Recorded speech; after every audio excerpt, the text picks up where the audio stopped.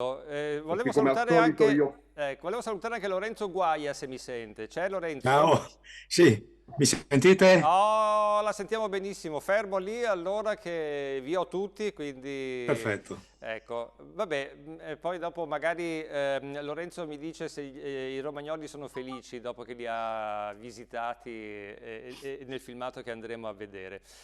Torniamo a Mariano, poi Lorenzo che ci proporrà. Lorenzo, mi senti? Sì, Ecco, tutto ok. c'è un video che dura un po', però io tra poco lo faccio vedere anche a Mariano, che così magari insieme mi potete commentare. Faremo vedere per qualche minuto, così sentiamo anche la sua voce, quello girato in Romagna, appunto a proposito dell'alluvione e e di questo territorio. Tra l'altro oggi è la giornata mondiale per la lotta alla desertificazione e alla siccità. Quindi, voglio dire, siamo sempre in tema di ambiente, dobbiamo rispettarlo, dobbiamo curarlo, dobbiamo attivarci per fare in modo, no, che questo nostro territorio così fragile venga salvaguardato, non maltrattato. Mariano, vuoi commentare anche tu su quello che è successo in Emilia-Romagna, quello che hai visto, la situazione di chi ha perso veramente tutto? Massimo, guarda, è un disastro. È inutile stare a dire l'ovvio perché è un disastro, punto. Mi ricordo, io sono uno dei terremotati del 1980, Dell'Irpinia. dell'Irpinia. Io ho vissuto appieno il terremoto, poi il mio quartiere di Napoli, io vivo in Toscana adesso, però già da 16 anni, insomma, ma il mio quartiere di Napoli è Bagnoli. Bagnoli è in pieno bradisismo. Adesso stiamo in una fase, credo che il terreno si stia abbassando, quindi comunque continui terremoti e tutto. Il problema è che quando avvengono queste cose in Italia, quando c'è l'onda emotiva, tutti quanti sono lì al fare e a cosare. Poi la gente se ne dimentica, passa ad altre cose, passa ad oltre, il problema resta, ma resta per anni. In Giappone si è avuto il disastro dello tsunami e tutto quanto all'epoca, quanto c'è stato, insomma, se ben vi ricordate, ma questi dopo un mese avevano già ripristinato tutto. Il problema che c'è è evidente anche perché c'è un'incuria, c'è stato magari che non hanno gli argini e tutte queste cose, insomma, ovviamente che l'Italia sia un po' per certi versi va a scatafascio. Pensiamo all'intelligenza artificiale e poi ci manca il pane sotto i denti, insomma, consentimi il parallelismo. Il problema adesso è nella ripartenza perché questa gente non ha più niente.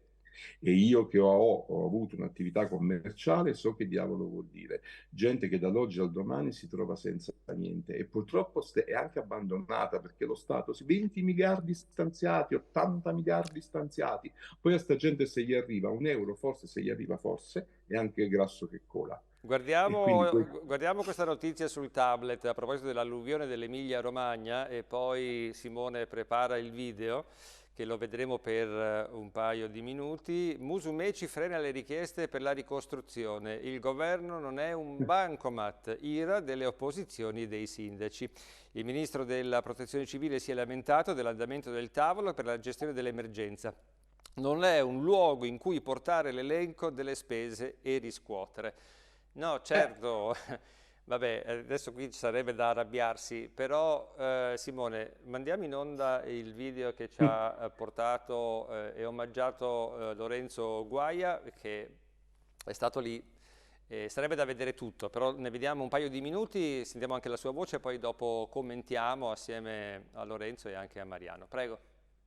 Diciamo che è la prima volta che mi occupo di temi oltre il locale e, come ho già detto, sono molto preoccupato e indignato di quello che è capitato. Queste immagini comunque sono state viste chissà quante volte, si può dire che sono entrate nella nostra storia, un po' come è stato nella triste occasione dell'alluvione del 66. E infatti il dramma annunciato per migliaia di italiani che purtroppo è accaduto. In alcuni casi, come dimostra questa sequenza di immagini, il livello delle acque è stato veramente impressionante. E per fortuna che queste altezze erano localizzate solo in alcune aree e in genere l'altezza dell'acqua era sulle decine di centimetri. Nella prima parte di questo video ho utilizzato immagini amatoriali perché nel pieno dell'emergenza era impossibile anche recarsi nei luoghi. Poi qui vediamo il comune di Sant'Agata, a pochi chilometri da Conselice, ed erano passati ormai 18 giorni dall'evento. Si vede ancora la devastazione che ha colpito almeno metà del territorio e ho scelto quindi di andare qui perché qui risiede un mio amico profugo curdo che anche lui ha perso tutto dopo aver subito il dramma della guerra in Iraq e anche una grave mutilazione. Il paese è sulla riva sinistra del fiume Santerno e vedremo poi qualcosa di più su questo corso d'acqua. Ecco, vediamo fango e masserizie, tutto da buttare, però abbiamo anche visto ragazzi volontari a spalare fango.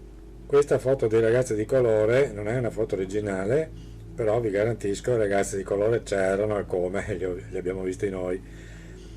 Ovviamente siamo stati coadiuvati dalla protezione civile.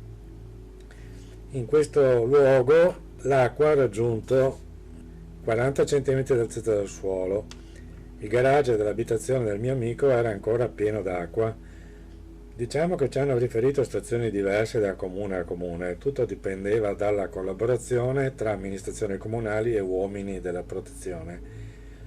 Alcuni abitanti sono sentiti abbandonati, per cui posso dire con orgoglio che noi, prima di partire, abbiamo avvisato le autorità e appena giunti sul posto abbiamo visto una squadra di volontari che entrava nello stesso condominio per dare una mano e mi piace pensare che sia stata proprio la nostra presenza ad accelerare questo intervento.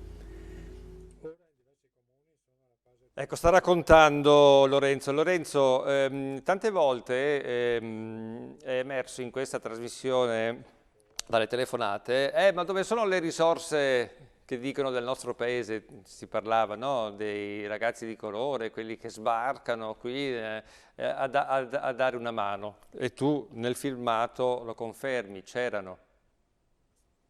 Ma forse non erano quelli che sbarcano a Lampedusa. L'audio, ti è andato via l'audio. Che mi combini? No, non c'è niente. Ecco, adesso ti sento bene, prego. Ah, bene. Qua non posso toccare un millimetro perché sennò salta tutto. Non toccare niente, fermo lì. No, volevo dire che sicuramente i ragazzi che abbiamo visto erano quelli ospitati nei centri di accoglienza là vicino, ma comunque c'erano, io non ho potuto fare a loro foto originali perché questi si sono posti dicendo privacy. Comunque ve lo garantisco che hanno dato una mano fondamentale perché io ne ho visti diversi, non uno o due, ne ho visti diversi lì a Sant'Agata dove siamo stati. Poi sappiamo che sono nate anche le polemiche sulla loro presenza, no? In altri fatti di questo genere, come ad esempio a Genova. Sul web si è scatenata un po' la polemica, ma non è vero che c'erano, invece è facile criticare nel web. Sì, poi invece si è scatenata anche la polemica, a parte l'articolo che ho letto pochi minuti fa, ma si era scatenata anche la polemica sul fatto che il sindaco di Faenza aveva mandato via dei volontari e come dire non ce n'è bisogno, andatevene. Ma è vera questa storia? Ne hai conoscenza? So che li ha mandati via perché non si erano registrati, perché bisognava registrarsi, non è che uno arriva lì e si mette a fare il volontario a caso, credo, no? Deve essere tutto organizzato e programmato per non creare situazioni di intralcio, forse dico io così, però non essendo sul posto. Sicuramente la verità sta sempre un po' nel mezzo. Appunto. È chiaro che devono essere organizzati anche loro, cioè in prima battuta hanno fatto quello che potevano con tutto il loro entusiasmo e sicuramente sono stati utilissimi, anzi indispensabili. E poi le autorità, però, comunque, quando alla fine sono riuscite a organizzarsi, hanno deciso meglio quali che erano i compiti. Sì, Massimo, mi viene in mente la teoria del pollaio. Noi italiani siamo molto bravi a fare la teoria del pollaio. Sai qual è la teoria del pollaio? dimmela. Te l'ho mai No, la spiego subito brevemente perché in pratica ci sono due modi per affrontare i problemi. Il primo problema è quello che ti arriva, lo analizzi e inizi a suddividerlo in sottoproblemi e fai un flusso per risolvere il problema. Poi c'è il pollaio. Il problema arriva nel pollaio, che succede? Che tutte le galline iniziano a starnazzare, volano piume, fanno casino e quella. Magari lo risolvono anche perché il problema esce fuori dal pollaio, però abbiamo perso piume, penne, tutto sto rumore, queste galline starnazzanti. L'Italia è fatta così. La polemica, la battuta, la contropolemica, quello ha detto, quello ha fatto. C'è un problema, risolviamolo. È E io questo, questo vedo. è questa, è questa. Lorenzo, è così, no? Ci sta la teoria del pollaio, hai visto situazioni del genere? Mi Beh, piace proprio. queste si notano un po' ovunque. Siamo specializzati qua in Italia, come diceva il Bravo. professore, a livello di opinione pubblica. Se non fai la polemica, nessuno ti segue. Non se ne, Ed è una cosa veramente straordinaria su quella che è la nostra mentalità non da ne italiani. usciamo. No, Però su Musumeci che frena le richieste per la ricostruzione dicendo che l'Italia non è un bancomat mi preoccupa un poco. Non è che magari secondo me, restiamo come all'Aquila sì. con le macerie per strada per 6-10 anni e non si va da nessuna Irpinia, parte? O appunto. Consentitemi una battuta. Il Musumeci se n'è uscito con questa un po' per sollevare polverone perché ancora non è stato nominato commissario all'emergenza. Ah, E questo è un grave problema perché dopo tutti questi giorni e dopo tutte le prospettive che rimangono per il nostro futuro, un commissario d'emergenza dovrebbe essere una scelta urgentissima, altrimenti è ovvio che poi la gente si lamenta e dà ragione anche. Comunque io vabbè, vorrei, se mi permettete, sì, a parte questi che sono aspetti discutibili, anche c'è qualcosa di negativo, vorrei parlare un attimo della protezione civile. sì, certo. Soprattutto perché si sono comportati in una maniera encomiabile. Abbiamo una protezione civile che l'Europa ci invidia ed hanno ragione. Ora pensiamo a tutta questa gente che è partita anche dal mio comune, tra l'altro, no? Di notte a lavorare H24 per decidere che cosa fare da un'ora all'altra, nel senso che dovevano correre di qua, correre di là, decidere se quella presa doveva essere aperta e quell'altra chiusa. Dovevano capire il corso dell'acqua da che parte sarebbe andato. Ma la decisione più straordinaria e più bella e anche direi innovativa dal punto di vista delle trovate, ecco qui l'inventiva italiana ne esce fuori, è stato quando hanno deciso di invertire il corso del canale CER, che è quel canale che nei tempi, diciamo, normali prelevava l'acqua dal Po per irrigare la Romagna e soddisfare tutto il bisogno anche delle industrie. Qui si è visto che se non si interveniva, l'acqua del Po avrebbe incrementato ancora di più l'effetto dell'alluvione e quindi cosa hanno fatto? Sono riusciti ad invertire nel corso ed hanno salvato molti ettari di terreno con questa decisione. Sono stati veramente straordinari. E quindi l'hanno fatta senza un commissario. E quindi il commissario a che serve? Il commissario servirebbe per coordinare tutte queste Ecco, iniziative. vabbè, ma loro si sono coordinati da soli, con la loro esperienza, con la loro Eh, preparazione. Credo che certo, dobbiamo fare certo. affidamento probabilmente su queste persone, no? Sulla protezione civile in primis. Ora pensate che la protezione civile è basata anche su moltissimo volontariato. Certo, Quindi questo ti fa capire la volontà dell'italiano medio di poter fare qualche cosa di utile, ma però che poi si scontra con le decisioni del vertice, il governo di destra o di sinistra non è che cambia molto, però alla fine questa è la situazione. Rialzarsi. Non so Simone se è possibile vedere ancora il filmato senza audio, magari Lorenzo ce lo commenta.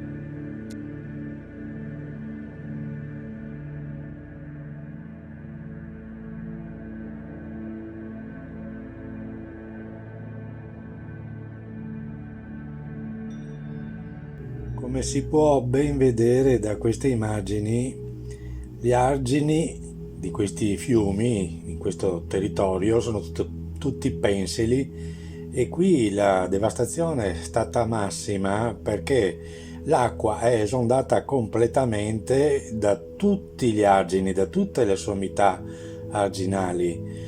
Quindi non è che ci sia presentato un problema come è stato detto da Coldiretti, con dei buchi, dei problemi idraulici causati dalle tane delle nutrie. Qui assolutamente non è questo il problema, qui è l'acqua alta che non poteva essere fermata perché questo territorio, va chiarito, è sotto quella che è l'altezza dei fiumi stessi. Infatti vediamo qui. E questo è stato un problema quando è stata regolamentata proprio l'acqua, no? Perché tutti i fiumi che arrivano in quella zona arrivano dall'Appennino, seguono quel percorso che abbiamo visto indicato nella freccia e cosa trovano? Trovano un territorio che è abbastanza basso rispetto al livello del mare. Infatti, ecco, Ravenna, quando è stata costruita dall'impero romano, è stata costruita proprio lì perché lì attorno il terreno era paludoso, quindi non serviva neppure quasi edificare una mura difensiva. Ravenna infatti non è stata mai conquistata da altri eserciti invasori a quell'epoca. Ecco, infatti, ecco, vediamo qui siamo proprio ai confini della città, ci sono altezze sul livello del mare che sono assolutamente ridicole, quindi è ovvio che anche questo rappresenta un errore umano, perché vai a bonificare una zona, però dopo non metti in sicurezza i corsi d'acqua che scolmano, è chiaro che in questi tempi, col cambiamento climatico e con il bombardamento letterale dovuto a queste precipitazioni abnormi, il territorio a questo punto non ce la può fare. Le acque rappresenteranno sempre di più un problema gravissimo.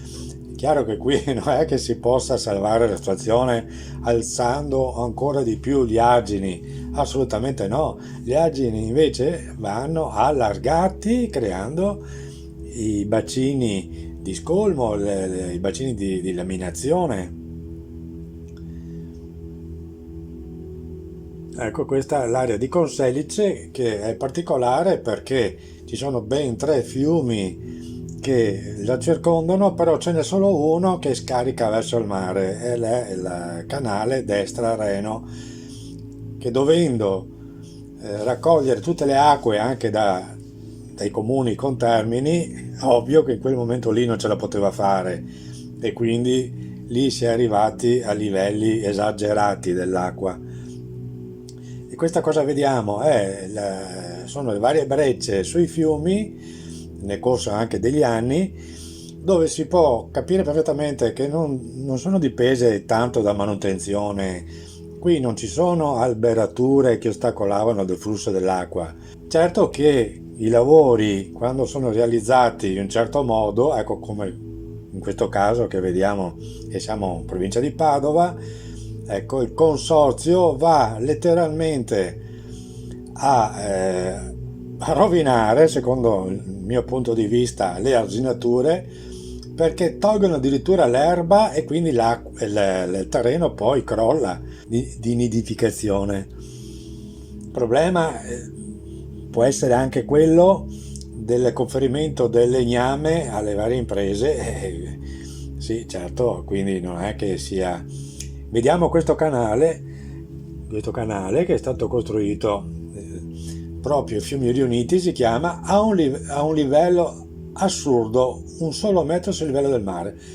Uno dei problemi maggiori non sono gli alberi, ma sono le escavazioni che sono realizzate negli alvei dei fiumi, perché accelerano il corso delle acque. Ecco, anche in questo caso cosa vediamo? Vediamo che i fiumi, gli argini erano puliti, ma puliti esagerando addirittura, e qui non c'è nessun equilibrio ambientale, si può ben capire la situazione. Ecco la quantità del legname che è stato tolto, il legname che costituiva cosa? Palificazione che consolidava gli argini. E poi invece non sono nemmeno stati realizzati quei bacini che avrebbero garantito una sicurezza idraulica del territorio, perché in caso di grande piena solo i bacini potevano salvare le campagne raccogliendo l'acqua in esubero, come che si vede perfettamente da questa animazione. È vero che sono stati anche progettati, però nella Romagna bacini non ce ne sono praticamente, a parte uno che poi vediamo qui.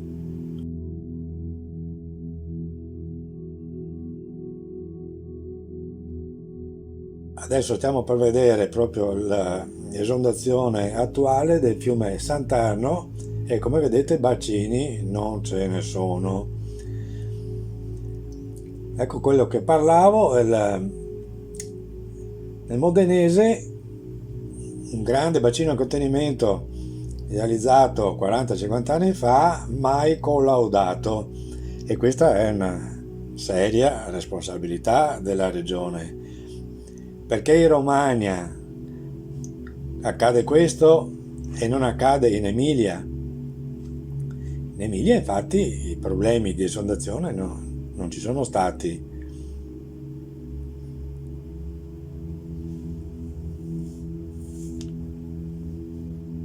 Un altro dei problemi evidenti sono la realizzazione di opere idrauliche assolutamente discutibili. Come vediamo in questo caso, e siamo qui sul fiume Destra Reno, dove si può capire perfettamente, non occorre essere un genio, un ingegnere per capire che quella era una strozzatura. Ecco, a proposito di tutto il legname che si può dire abbia costituito un problema, il legname non è solo quello della sua presenza negli argini, ma anche di tutto quello che viene raccolto quando il volume d'acqua interessa grandi fasce del territorio. Ecco, qui invece, come possiamo vedere, l'argine era bello pulito, ma però è stato eroso completamente. Questa è un'immagine di un'altra alluvione di anni fa. E qui entriamo nel capitolo nutrie. Come dicevo, che sì, è vero, ci sono tane, quindi possono rappresentare dei pericoli, però il problema nutrie è stato preso a giustificazione per rappresentare un rischio, per scaricare responsabilità che magari sono altre, che sono umane. Le nutrie sono accusate non solo di far tane e mettere a rischio la sicurezza degli argini, ma anche di compromettere l'ecosistema, distruggendo nidi, mangiando uova di volatili. Insomma, un danno ambientale veramente imponente, secondo quello che ci racconta la Coldiretti. La Coldiretti che, se non trovano prove, ecco, si inventano. Infatti quelle di prima non erano impronte di nutria, queste sono impronte di nutria, ma sono state messe su una relazione, tanto per... E qui si vede perfettamente che la nutria non va a interferire con gli altri animali, anzi convivono perfettamente. Perché ci sono le nutrie comunque? Perché i cacciatori hanno, e le regioni, che hanno sempre approvato i piani venatori, hanno praticato ovunque caccia di sterminio alle volpi, che sono i predatori delle nutrie. Ma non solo abbiamo odio contro questi animali, ma tutto quello che rappresenta la fauna viene ora considerato specie aliena, e si parla di animali in quel modo lì, ma non si parla delle migliaia di animali che con l'alluvione hanno perso la vita, si può dire. Sì, perché a noi interessa solo l'aspetto antropico, umano, ma non vogliamo capire che le vittime sono anche nella natura, no? E qui vediamo diversi aspetti di esondazione delle arginature che possono crollare in molti modi. Parliamo ora del ministro dell'ambiente, che vale la pena di soffermarsi, Pichetto Fratin, commercialista, ecco, che non si è mai occupato di ambiente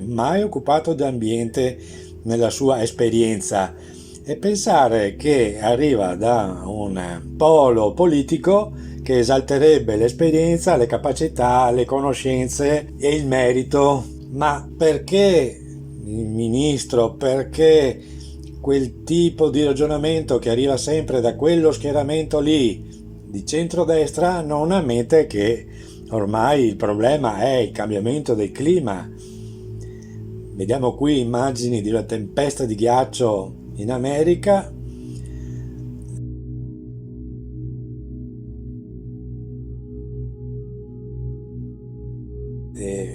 Tempesta in Sicilia.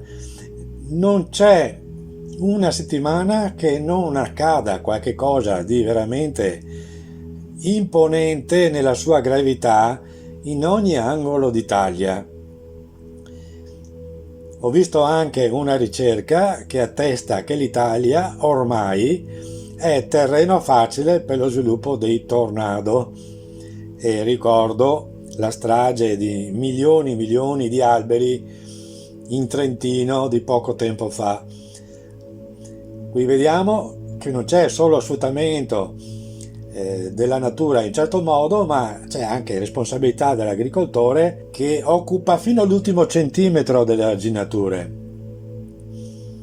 E poi dobbiamo assolutamente parlare di allevamenti, perché non c'è solo la CO2 come gas serra, ma c'è anche il metano.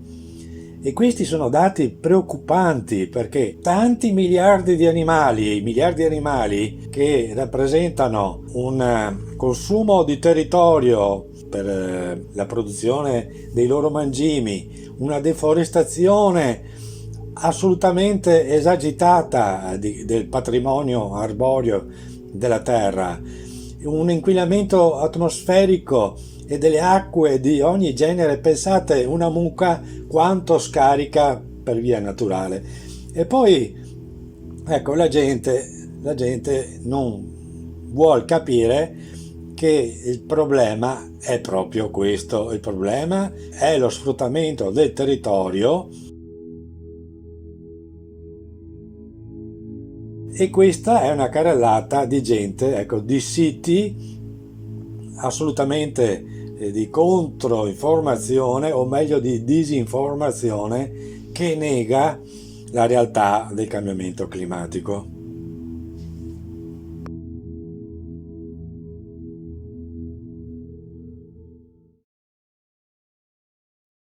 Ecco, a proposito di come hanno lavorato i nostri tecnici, c'è un messaggio di Silvano. Poi se c'è qualcuno che vuole intervenire anche telefonicamente, qui scrivono e chi vuole può anche chiamare allo 049 63 11 11. Chiediamo a Bonaccini, dice, come mai noi in Emilia abbiamo la metà delle casse di espansione di quelle che servivano e i soldi c'erano? Secondo me non sono nemmeno la metà. Ah, neanche la metà. Cioè. No, infatti nel video mostravo che c'è una cassa di eliminazione progettata addirittura 40 anni fa, che non è mai stata collaudata. Ecco. E quando il signor Bonaccini, ovvero il rappresentante di una certa mentalità, fa approvare una legge sul consumo del suolo, come è successo anche qua in Veneto con Zaia, ma però inserisce tali e tante possibilità di deroga, che cosa significa? Significa che tutti il giorno dopo si sono scatenati per cementare il territorio. Certo, non pensavano che sarebbe capitata una cosa del genere, perché la questione del clima, e qui bisogna approfondire, finché non ci tocca il sedere, finché siamo abituati così, no? Guardiamo fuori dalla finestra, vediamo che tutto va bene, il quotidiano è sempre lì, certo. normalissimo, e nessuno pensa che può capitare qualche cosa. Invece oggi, se andiamo l'ultima settimana, andiamo a vedere le notizie che arrivano, bombe d'acqua Sì, su tutte le province d'Italia. Noi siamo di fronte a un cambiamento climatico che si nota anche da questi eventi particolari. Poi l'acqua, in queste quantità, quando cade, ecco qui vedete un'agine, ad esempio, che non ha filari di alberi, come si diceva, no? Che sono gli alberi a impedire la corrente. Quelle sono tutte storie inventate per non fare nulla. Ecco, questa è un'altra esondazione del 54, anche in quel quindi caso tutta lì colpa non ci sono delle nutrie. le nutrie che sì, come vedete qui, qualche cosa fanno di danno, c'era una bella tana, però bisogna anche capire sotto l'aspetto scientifico queste cose qui, no? La Coldiretti dice che le nutrie non solo rovinano le arginature, ma addirittura, come sottolineo qui, no? E mettono a rischio la sopravvivenza di animali, distruggono nidi, mangiano uova. Adesso vediamo poi la slide che segue. Sì, però ti devo interrompere perché c'è una telefonata. Pronto? Ah, Sì, pronto, buongiorno a tutti, sono Carla di Padova, ciao Lorenzo. Buongiorno Sei un Carla. po' che ciao. non ci sentiamo, ma penso che forse ti ricorderai, dico solo Galzignano, non dico altro e ci Ah, sentiamo qui. Allora, perfetto. complimenti che vai avanti anche tu nelle tue battaglie. È notorio che il problema del pianeta Terra sono le nutrie, sono gli animali, è notorio, mentre l'uomo, che è l'animale più intelligente, è l'unico che sta distruggendo il suo habitat. No. Purtroppo Certo. è difficile da mandare giù, è sempre meglio che sia colpa di qualcun altro, così noi possiamo continuare nella nostra stoltezza. Certo. Io volevo dire una cosa che sicuramente penso Lorenzo che sei anche tu d'accordo e partecipi, perché ho sentito cioè siamo molto disinformati su quello che è ricerca e su quello che è sperimentazione. Questo è un punto del quale penso che ne va tutta la nostra salute e tutta la nostra anche di conseguenza anima. Ritornando Prego Mariano. ritornando all'ambiente, Massimo, mi viene sempre in mente da ristoratore che dicevano insomma, i forni delle pizze producevano il buco nell'ozono, piuttosto che le feci delle mucche, cioè lo volevamo attribuire in pratica tutto il disastro a cose che effettivamente c'entrano, ma hanno una percentuale talmente irrisoria e bassa che voglio dire, non ne stiamo nemmeno a parlare. Poi di industrie che inquinano, di cose che fanno disastri, di quello non se ne parla perché ovviamente lì tocchiamo l'economia. Quindi una pizza in meno, un'industria che scarica, che fa problemi, di quello non se ne parla. Assolutamente. Giusto per dire. La signora parlava di ricerca e sperimentazione. La scuola che ruolo potrebbe avere in questo? Visto che comunque tu parli anche di Oh, tecnologie. santo signore. Allora, guarda Massimo, devo fare un piccolo preambolo. La riforma Gelminio, ma c'ero prima e ci sono tornato adesso. Ha fatto delle cose buone, ma anche dei grandi disastri. Siamo molto avanti noi con i progetti, meccatronica, ci freggiamo di avere dei laboratori che comunque sia hanno un valore, credimi veramente, però poi dove deficitiamo, secondo me, nella didattica, perché anche la scuola è diventata burocrazia e purtroppo la sperimentazione e la ricerca passa per la cultura. Se tu sei una persona altamente preparata, puoi affrontare certi discorsi, altrimenti l'essere umano, così come stiamo andando, l'essere umano, dico l'italiano, poi gli altri paesi, non imploderà. Imploderà perché avremo e spostiamo tutto verso l'alto. Cioè adesso la laurea triennale è diventata un diploma, la laurea magistrale è diventata la vecchia laurea e ci inventeremo chissà che cosa, perché effettivamente mi rendo conto che molti ragazzi vanno avanti, ma la preparazione poi abbiamo abbassato noi l'asticella e io di questo sono convintissimo e sono sicuro di quello che sto dicendo. E quindi la sperimentazione passa per l'alta professionalità, che purtroppo potremmo dare, ma che a parer mio non diamo.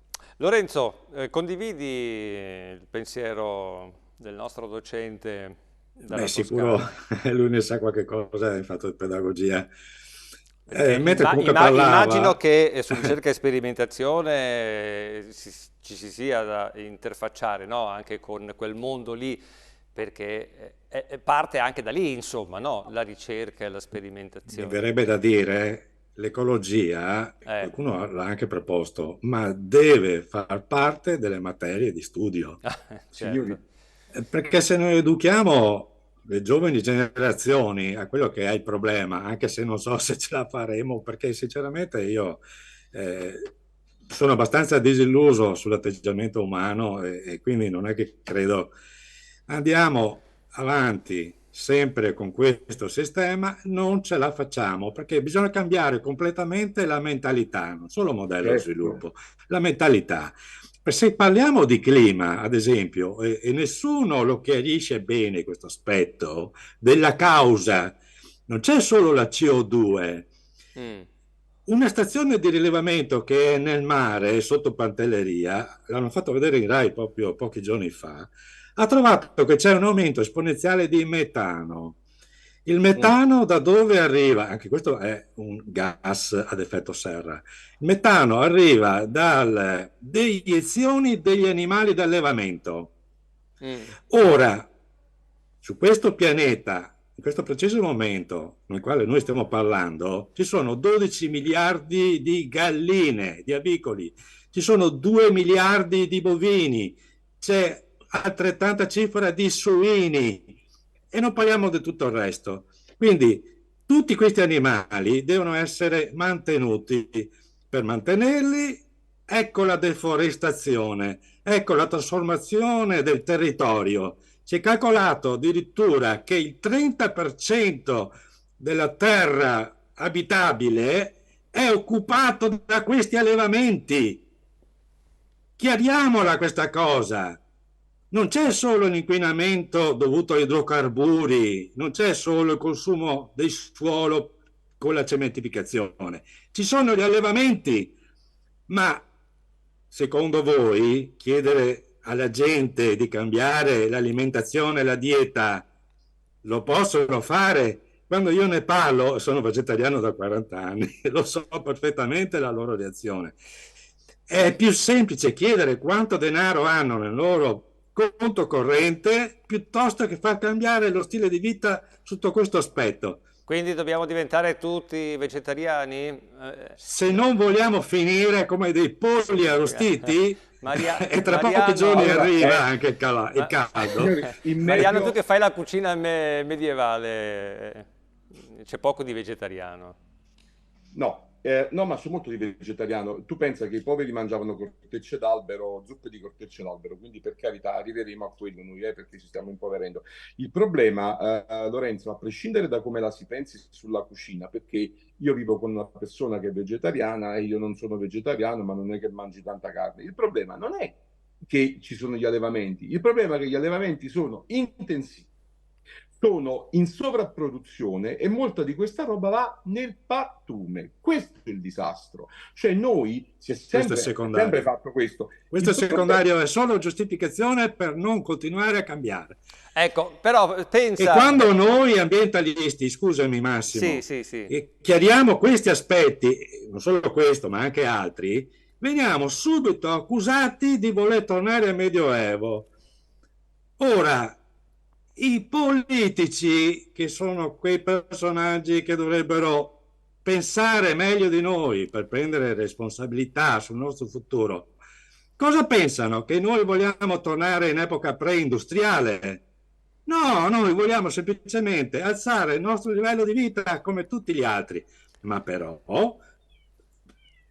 vita in questo ambiente significa equilibrio con le risorse, non Assolutamente. sfruttamento continuo. Aspetta che c'è una telefonata e prima Mauro mi scrive ma dare la colpa all'uomo che distrugge anche gli animali, se lasciamo i cinghiali invadere le nostre campagne, cosa succede se lasciamo crescere l'erba cattiva? Ci sono animali che fanno lo stesso in misura più piccola. Vi ricordate le cosa? nutrie perché ci sono? Le nutrie che dicevo prima, perché ci sono?